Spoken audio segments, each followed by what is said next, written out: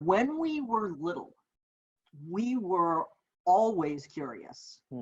We know that as adults, when we have babies and little people in our universe, like they're so curious about the endless stream of questions, right? Right. Why and how come and like let's explore it and let's eat it and let's let's check it all out. And as we grow up, that's one of the things that often gets damped down, suppressed in our universe, is that innate curiosity. And I think the more that we can really get curious about, that's so interesting. I wonder why that's happening. Learning to swim is about learning from others. Be the author of your own story, not a character in somebody else's story. Get inspired by others to take action. Learn how to set goals to exceed your own expectations. So often the answer that you are looking for is right in front of you. On Learning to Swim, we highlight those answers through storytelling. So, Janine, good morning. It is Casual Friday, and welcome to Learning to Swim. Thank you. Thanks for inviting me. I'm glad to be here with you. Oh my gosh, I'm so excited to have you on today. So Janine is someone that is such a dear, dear friend to me, and not someone that I've necessarily known that long, but do you know when you have those moments where you meet someone and you feel like you've known them forever, and you have such a instant connection? And that is what happened with Janine and I. And I was, we had originally met because it was an HR meeting, Pyra, right? Yep. And you were co-presenting, remind me the exact title. It was the civility. Devastating impact of incivility on the bottom line. Yeah. And it was just such a fantastic presentation. So many just great takeaways. And I immediately afterwards said, that was great. Can we connect? And we did. And we've had fun and collaborated on some really great projects since then. I know that we're going to do more in the future. Just to give you a little bit of background, Janine Hamner Holman is a nationally recognized speaker and expert on leadership development, organizational management, and how our brains work. That's one of the things that she and I have in common. We love that whole brain science piece of it. And she does a lot of work around the leadership space, and also attracting and retaining great talent. One of the things that Janine and I have done together, and that she brought to a workshop that we were doing, is the concept of leading from every chair, which I love. So just, kind of empowering people at any level within an organization to assume or, embody qualities of leadership. And how, just that elevates the team, but it elevates everybody when we do those things. More than 30 years experience. Which means she's old. I know, the same thing happens to me when I start thinking about the decades that I've been doing things. Like, wow, that's either we started really young or we're old, but exactly. Yep. I started this work when I was 7. Yeah, exactly. Yeah. You were just, very, very precocious, Exactly. A very precocious child. Janine uses scientifically validated strategies and tools to build high performance teams, enhance organizational functioning, and develop organizations and leaders with whom everyone wants to work with. That's great. I love that. And I can definitely attest to that. She has worked with everything from Fortune 200 companies to local nonprofits that are motivated to create a great working environment while enhancing the bottom line. So welcome. Thank you. Well, I'm going to jump right in as per usual with Learning to Swim. There's no prep. It's really about, catching you in the moment. And these are, most of the questions were crafted pre-COVID and kind of pre this very unusual time that we're living in, both with a pandemic and social unrest and then we're both in Southern California, so you can add fire to that. And we just had an earthquake. Oh my gosh, that's right. We just had an earthquake. So yeah, the locusts are coming soon. Well, I've had a couple of big giant grasshoppers in the backyard, so they may be here. But excellent. So with that, the first question being, what does resilience look like to you? Oh man, that's such a good question. So what resilience looks like to me is at least two things, maybe three. So part of it is internal. So part of it is about developing an ability to go with the flow a little more than we might otherwise really be wired to do. And one of the things that I talk with folks about is, back to brain science, our brains do not like it when things are uncertain. And we are now in a time of just perpetual uncertainty. And it feels like maybe things are getting better and then things take a step back, or maybe we're gonna move forward to the new normal or the next normal, and then things revert a little. And so it's very disconcerting for our brains. And so whatever we can do, practices like mindfulness, practices like meditation, just taking a deep breath, can really be helpful in developing personal resilience. And then, because a big part of what I do professionally is work inside organizations, then there's the issue of organizational resilience, which really also ties in very much to organizational agility. Organizations that are big have a hard time being agile. It's hard to make a decision quickly. It's hard to move something forward fast. It's hard to pivot. It's a place where smaller and mid-sized organizations are actually much better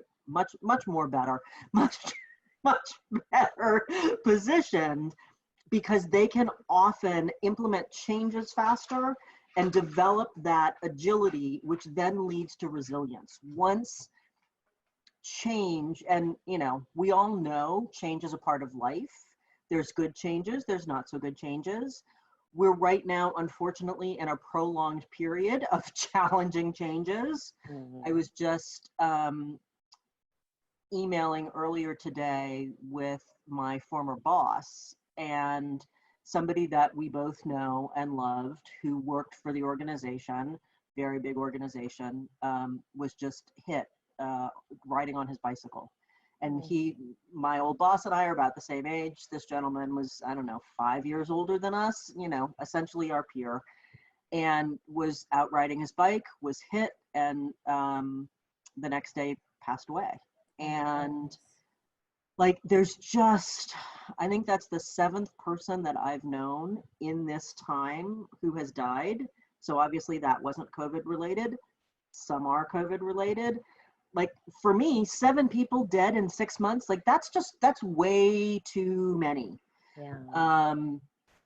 And so we're trying to manage personally and organizationally a lot of change, which then, there are 3, which then brings up the third thing, which is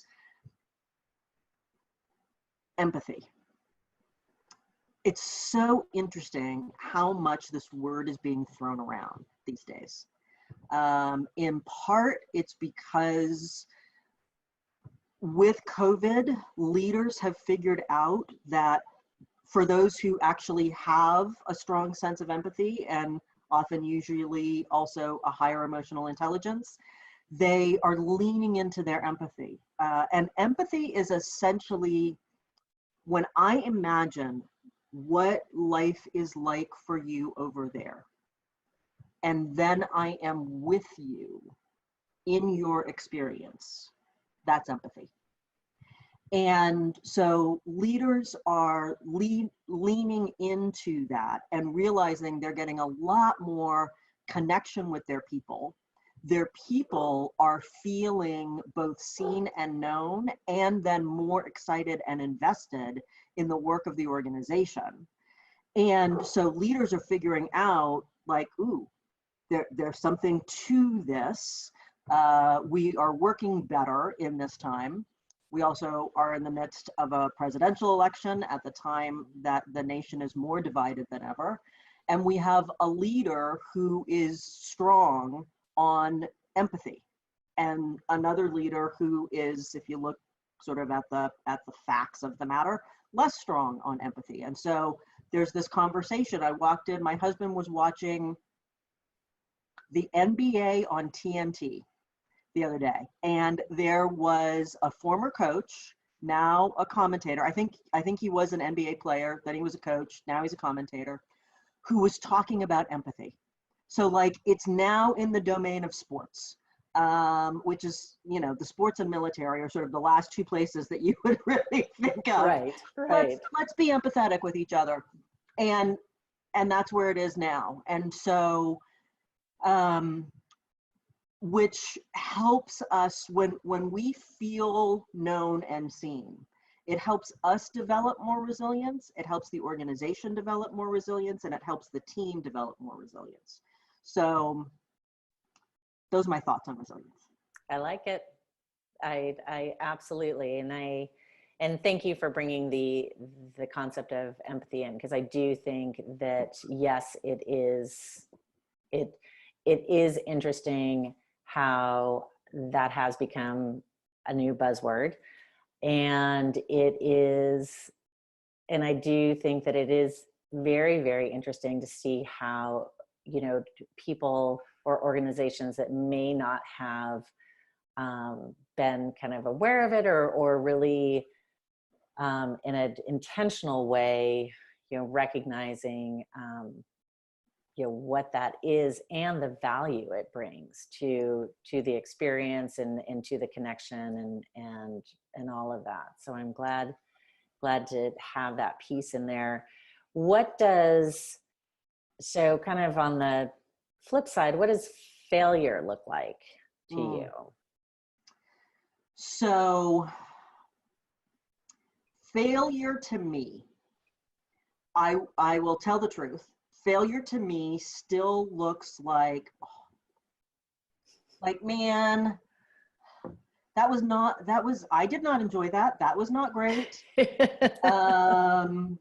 And I feel that sense of disappointment in myself, disappointment in the process, disappointment, frustration. And this is one of those do what I say, not what I do, right, kind of times. One of the things that I teach, and I think that this is so great, because even when I'm teaching it, I'm honest about, like, this is how we experience failure, and we experience failure this way because this is how we've been socialized. We've been socialized failure. And if we are honest with ourselves, when things are hard, when we are flexing a new muscle, when there's a breakdown, when we totally screw something up, those are actually our opportunities to learn. Yeah. When everything is going swimmingly, when we've learned how to swim, when everything is going swimmingly, then we're just swimming. Yeah. And when things break down, when we break down, is actually when growth happens. And so, you know, failure is an opportunity to learn, an opportunity to do something else. I was just doing a webinar on Wednesday, and I was talking about the U.S. Marine Corps has the motto, Semper Fi, Semper Fidelis, always faithful. And they debrief everything. Like, they debrief things that are really important and things that are much more mundane. Like, we made eggs for breakfast today. How did that go? What did we learn? What could be better? What did we do great that we want to keep doing?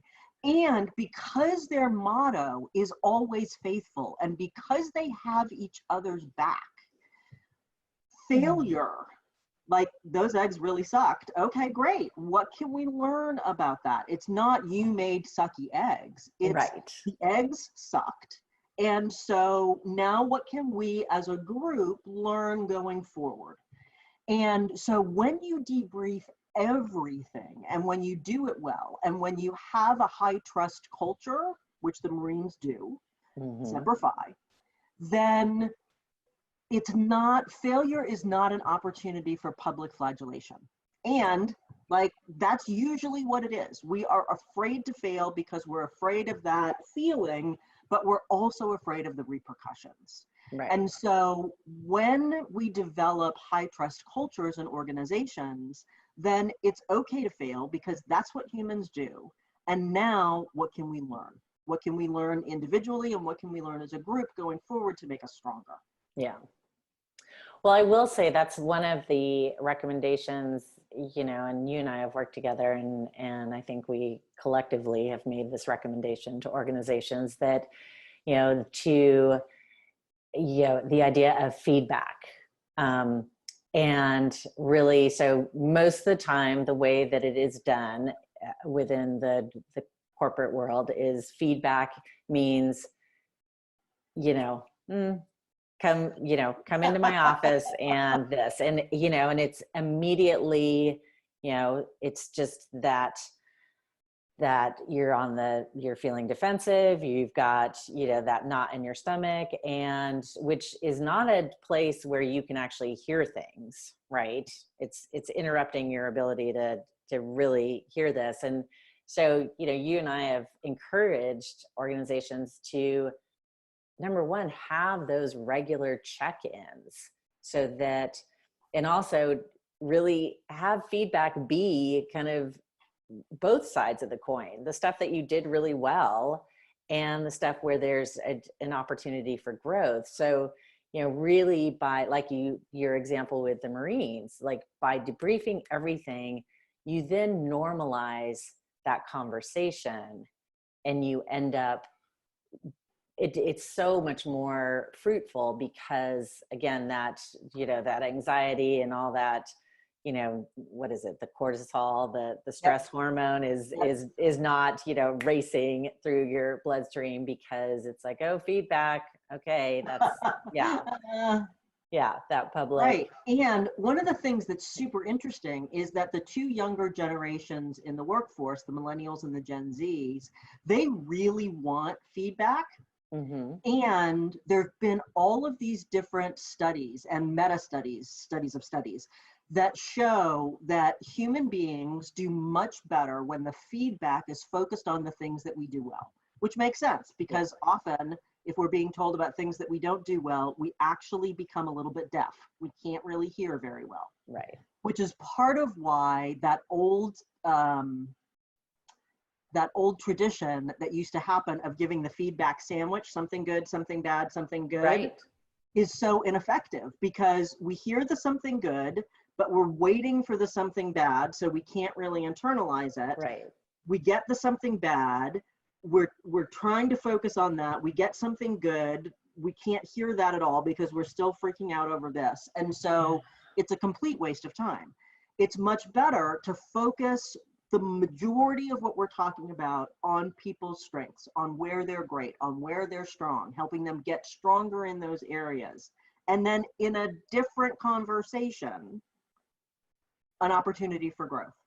And you want to have that be one of the 80-20 rules. Like 80% of what you talk about is where they're strong and how to get stronger. And about 20% is where you're really looking on correcting behavior. But if it's more than that, because our brain is so focused on keeping us safe, that's ultimately the only thing our brain cares about. Yeah. Am I safe? How about now? If we're getting more than 20% of the feedback is opportunities for growth, which is negative, then we stop hearing it all. Yeah. Yeah. And I think I love, you and I are both familiar with the book Mindset by Carol Dweck. And one of the best, I know there's multiple versions now. I read it back when there was the original version that was more centered on students. Right. And so, and also the parenting piece, and which, obviously they figured out that these concepts are applicable in all these different arenas. And so one of the things that I do love that she brings up in that book is the importance of when you are giving people positive feedback or praise, the being very specific about it, rather than these kind of generalizations of like, you're doing such a good job. Good job, and just being as specific as you can, and how helpful that is. I was just giving a client yesterday that feedback. I said, did you tell your employee that? And he said, well, I make sure every few weeks to tell her she's doing a great job. Like, that's awesome. And follow up. Yeah. Right. Yeah, exactly. The more specific you can be. And right now she's doing a really great job about this specific thing. Right. So now is your opportunity. Well, so how do you, when I think about all these different concepts, and one of the areas that I'm always fascinated with is creativity and problem solving and thinking outside of the box and all that good stuff. And so for me, it's directly related to being curious. So how do you remain curious, and is that something that you think about, how the curiosity piece fits into your overall work, and just, both the work that you're doing with other organizations and also the work that you do within your own business? So man, you've got good questions. That's one of those questions like failure for me. So when I think about interpersonal relationships, like my relationship with my husband, which can be awesome and challenging, I know intellectually it's so much better when I stay curious. Like, oh, he said that thing. That's super interesting. I wonder why he said that thing.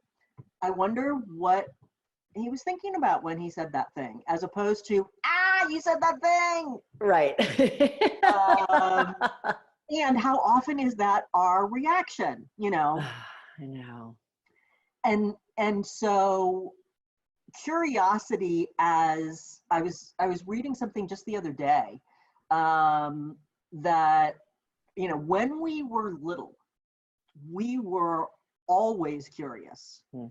We know that as adults, when we have babies and little people in our universe, like, they are so curious about the endless stream of questions, right? Right. Why and how come, and like, let's explore it, and let's eat it, and let's check it all out. And as we grow up, that's one of the things that often gets damped down, suppressed in our universe, is that innate curiosity. And I think the more that we can really get curious about, that's so interesting, I wonder why that's happening.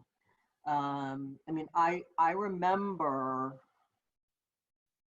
now I actually am gonna date myself,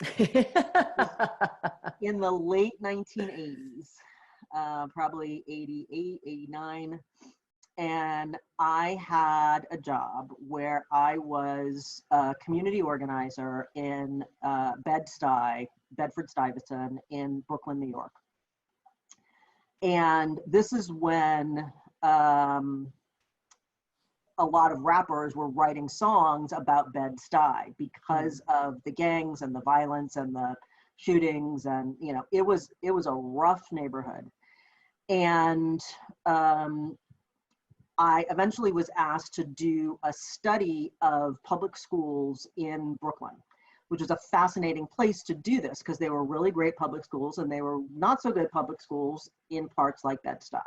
And there was this one day that I was in Bed-Stuy, and it was raining, and a teacher had put up the ABCs above a series of door jams because she was teaching in the hallway because they had run out of classroom space. And so she was teaching kids who were 5 and 6 years old how to read. And they're sitting in a hall, and kids are running around, and there was water coming through the ceiling. And I remember thinking, if I had been 5 and sitting in a hall trying to learn how to read, how would my life have turned out?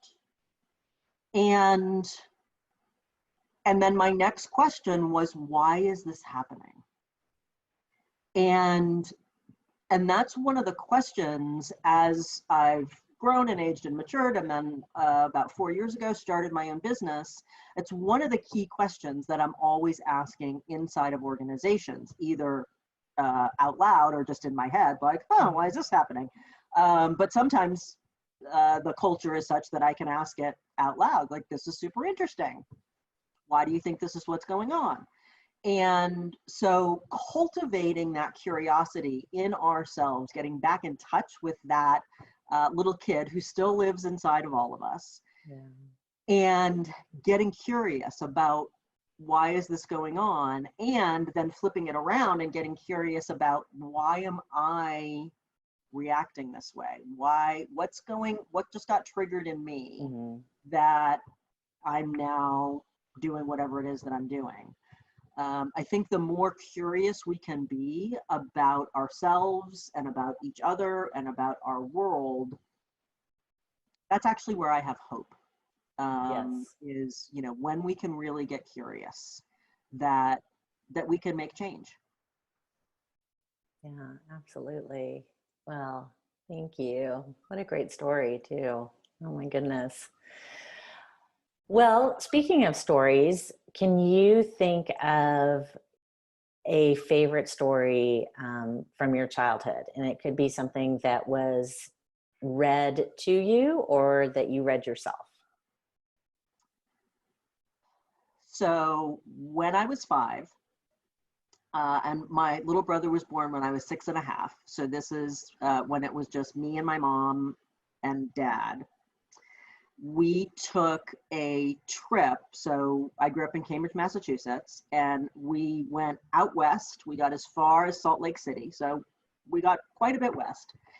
And my mom had The Trumpeter Swan, and read that book out loud on that trip. And so I have that memory of my mom reading that book.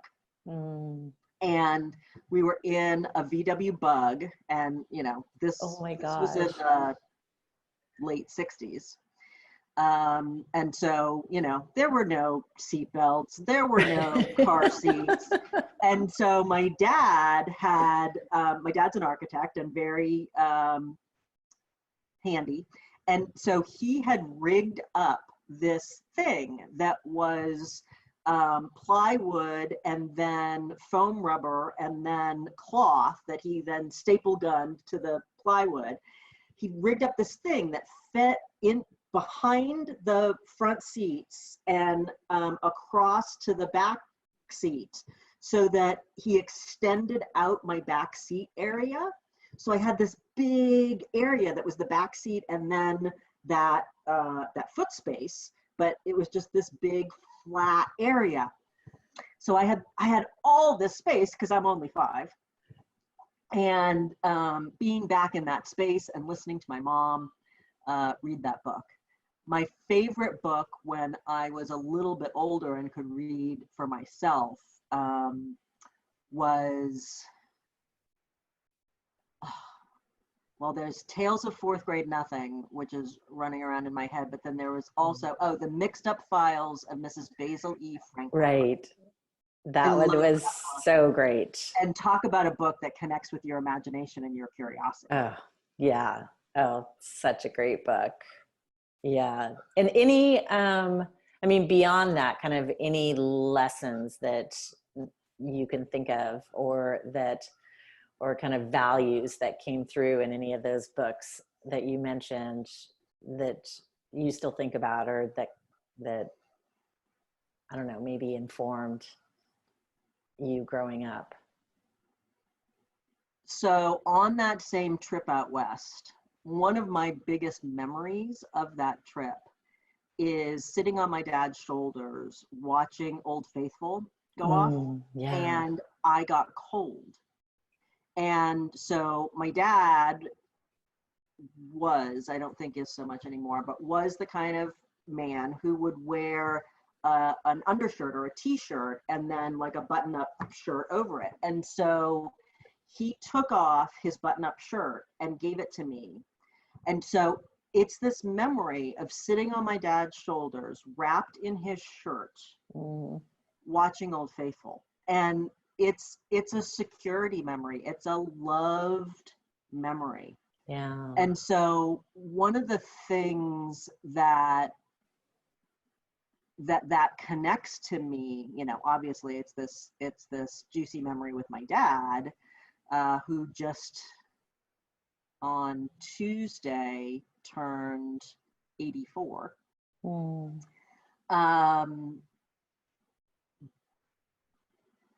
The lesson that I've taken from that is the importance of creating real connection with people. And, you know, people are people. And one of, you know, when I was starting off in the workforce, there was this whole idea of you were one person at home and you were a different person at work.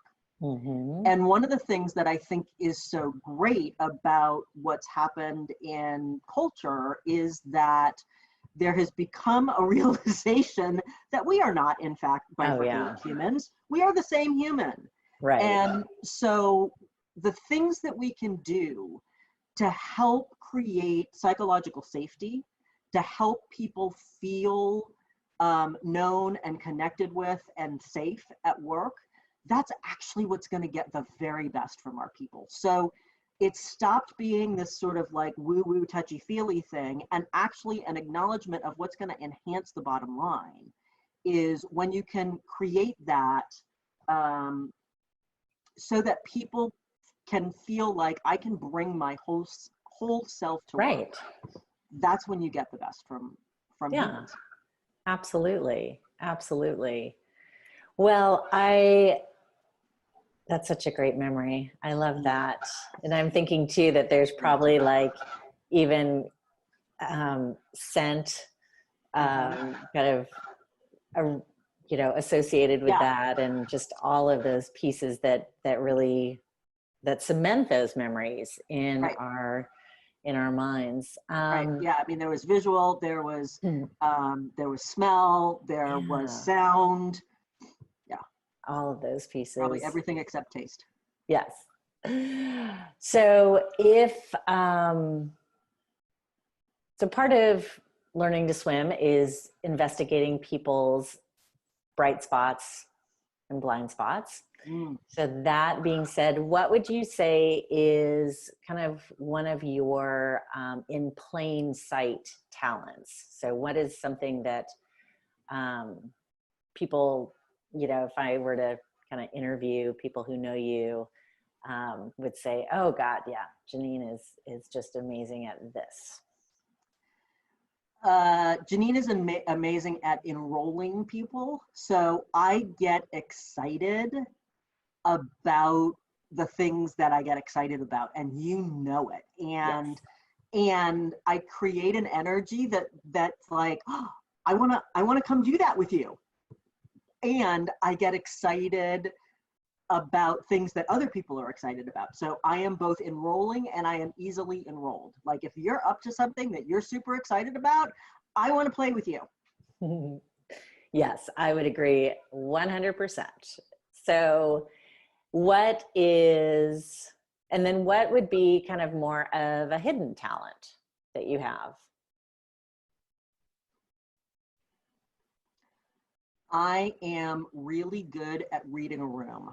So I am good at looking at a room and understanding, looking at body language and like, okay, there's something going on over there. There's something going on over here, which is great when I'm doing a presentation or helping to enroll people in something that an organization is up to. Like, all right, we need to do a little bit more work over there. We need to do a little more work over there. I'm also good at, I don't know how to say it other than like reading the energy. Like, I can see the body language. I can see the facial micro expressions. There's also things that are a little more woo-woo-y, that are a little bit more in the unseen, that I can see, that I can feel. Nice. I like it. So what would be one word to describe your professional journey? I know, one word. Unexpected. I like that. I like that a lot. And one word to describe your life.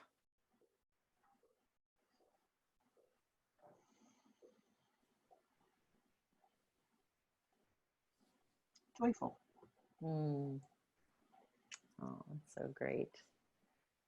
So thinking back, what was your very first paid position or your first job? Does babysitting count? If you were paid for it, it absolutely does. Yeah, so babysitting, and then very soon thereafter, I was a camp counselor. And probably happening at the same time. I went to a day camp. I went to 2 different day camps, and then eventually I was a counselor at both camps at different times. So yeah, kids and being with them, being with their energy, being with their curiosity. I've always loved the energy that little people bring. Yeah, for sure. And it can be exhausting too. Oh, amen. I just remember going to camp and, after a full day of camp, you were just like, as a kid, just exhausted. Or maybe that's just me. I'm a little bit more of an introvert. So, Yeah, me too. So thinking about those first babysitting and camp counseling positions, anything that you can kind of see that informs your current profession?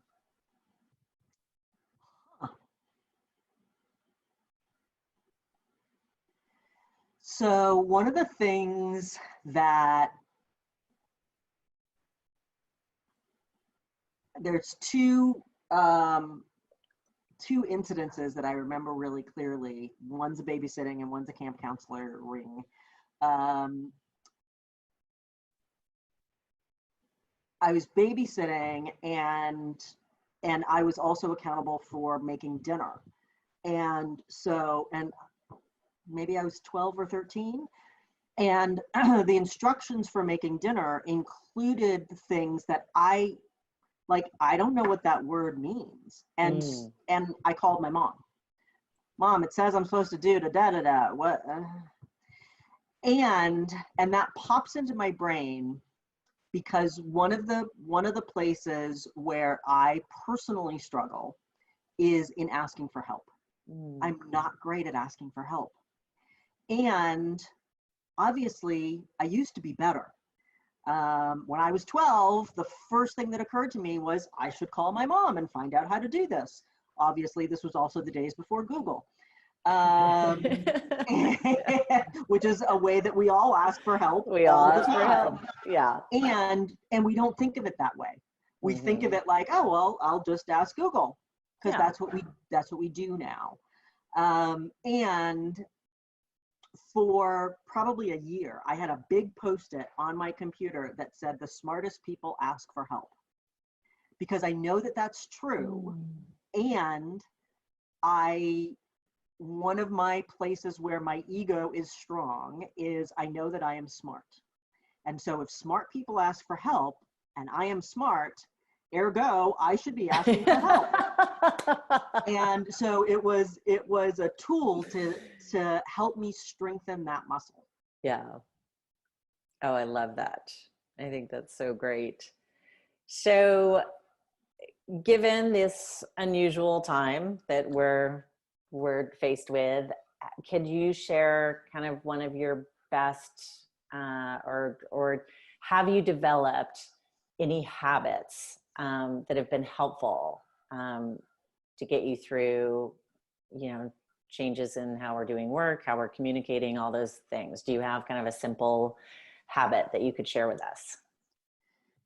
Yeah, so one of the things that was happening in the early COVID days is that everyone was feeling so disconnected and so lonely. And I actually remember the first time, Kristan, that you and I got on a Zoom, and I was like, oh, look at your face, like, because the only face I was seeing was my husband's face and our dog and our cat. Right. And so, like, to see the face of somebody else who I know and I love, it was just like, oh. I know. And now we're in this time where we're on Zoom or GoToMeeting or Google Hangout or whatever platform we use a lot. I mean, there have been days that I've been on something all day long, and I end my day with like an introvert hangover, like, oh my God, I need to go into a cave all by myself.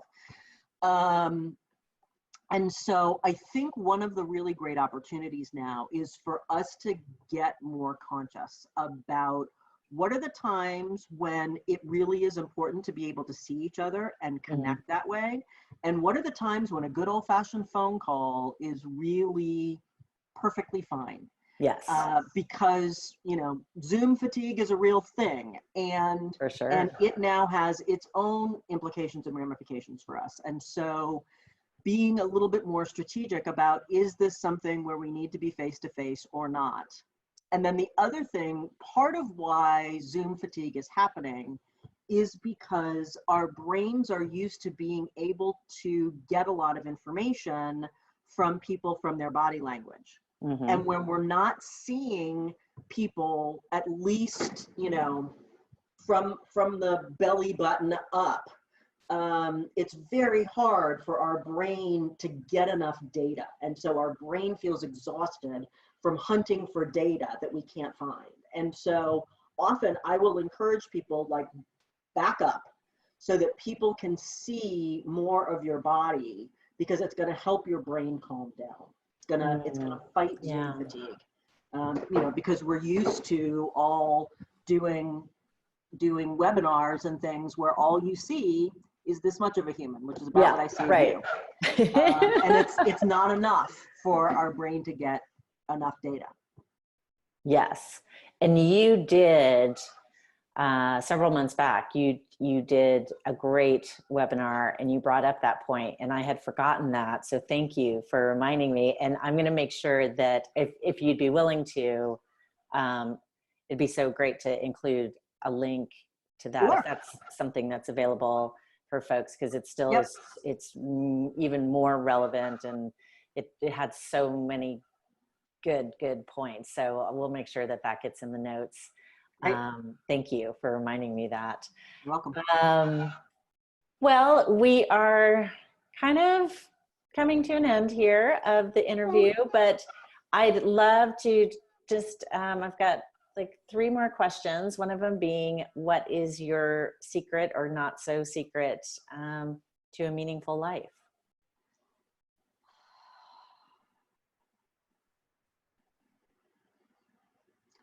My secret to a meaningful life, never thought about this question. This is a great question. Is one of the things that's actually been happening out of COVID is that people are really investing in the relationships that matter to them and letting go of a lot of the other ones that that don't feed them. Yeah. And that is definitely one of my secrets to a happy life. It's to find the people that you love, that you connect with, that you leave them. And even if you're an introvert like me, like you, after I'm with you, I feel energized. After I'm with a lot of people, I feel depleted. And so it's finding those people that have you feel energized, have you feel seen, have you feel known, make your heart happy. Lean into those relationships and don't worry about the other ones. I love that. It gave me goosebumps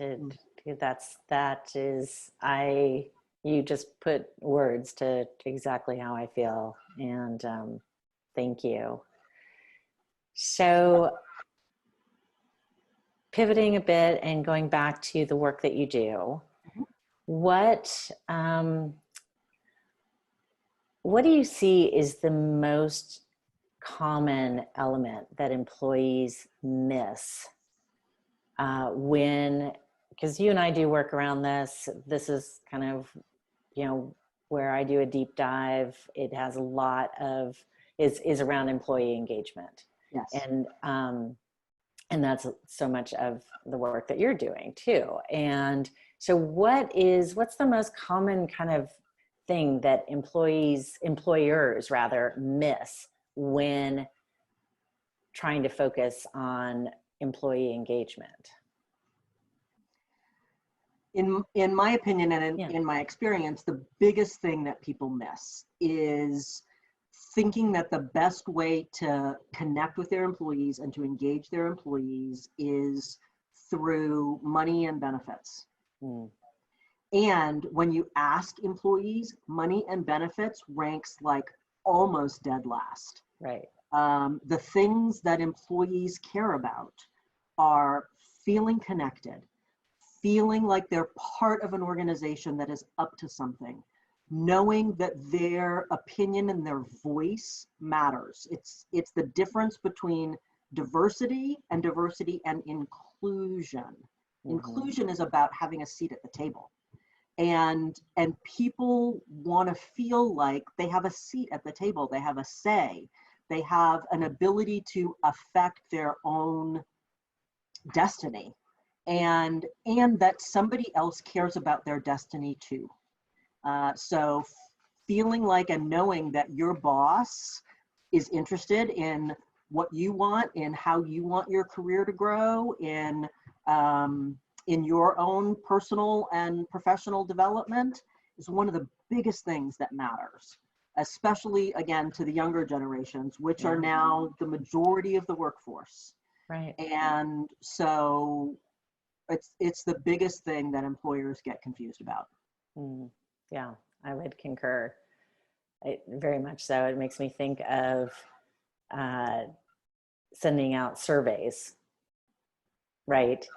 And this idea of sending out a survey, and then, it's like, people wonder why they don't get a better response, especially if they're sending out an anonymous type of survey, because so oftentimes in different organizations, you survey and then you never, and then nothing happens. And then nothing happens. Or nothing happens visibly. Nothing happens visibly. Yeah. And there's not even kind of an acknowledgement of, hey, we got the results, we're doing this, or, that. We learned this and therefore we're implementing that. Yeah, nothing. Yeah, nothing. And I mean, talk about like such a simple tweak that you could. Such a waste of time and money. Well, such a waste of time. And then conversely, if you want to do surveys, such an easy way to actually make them matter. Fix the problem. Right. Yeah, I would totally agree with that. Right. So, close the communication loop. Yes, for sure. So my last question is there a question that you wish I had asked you? Man, I wish you'd asked me about scuba diving. I kind of threw you off with the whole learning to swim thing. Well, right. We'll do a Janine and scuba diving episode to come. Cool. So something to look forward to. And probably is not going to happen, people. Well, I was thinking I'd have you all in your gear, like, and you that would be fun. Through. Yeah, and my wetsuit, my regulator. I mean, there are lessons from scuba diving that one can definitely bring to any place in the world. So. Oh my God, I love that. Okay, definitely, I'm taking a note. That is our next conversation. Awesome. Thank you so much. It's just, I always love our conversations. You are such a bright spot for me. So thank you. I got you, baby. Have a great day. Thanks, you too. Bye. Our goal is to inspire others and share stories to find meaning in your daily life. Let go of the traditional norms and be yourself at home, work, and beyond. The awareness of bright spots and blind spots is a performance-enhancing tool that you can apply to your life and to your organization today.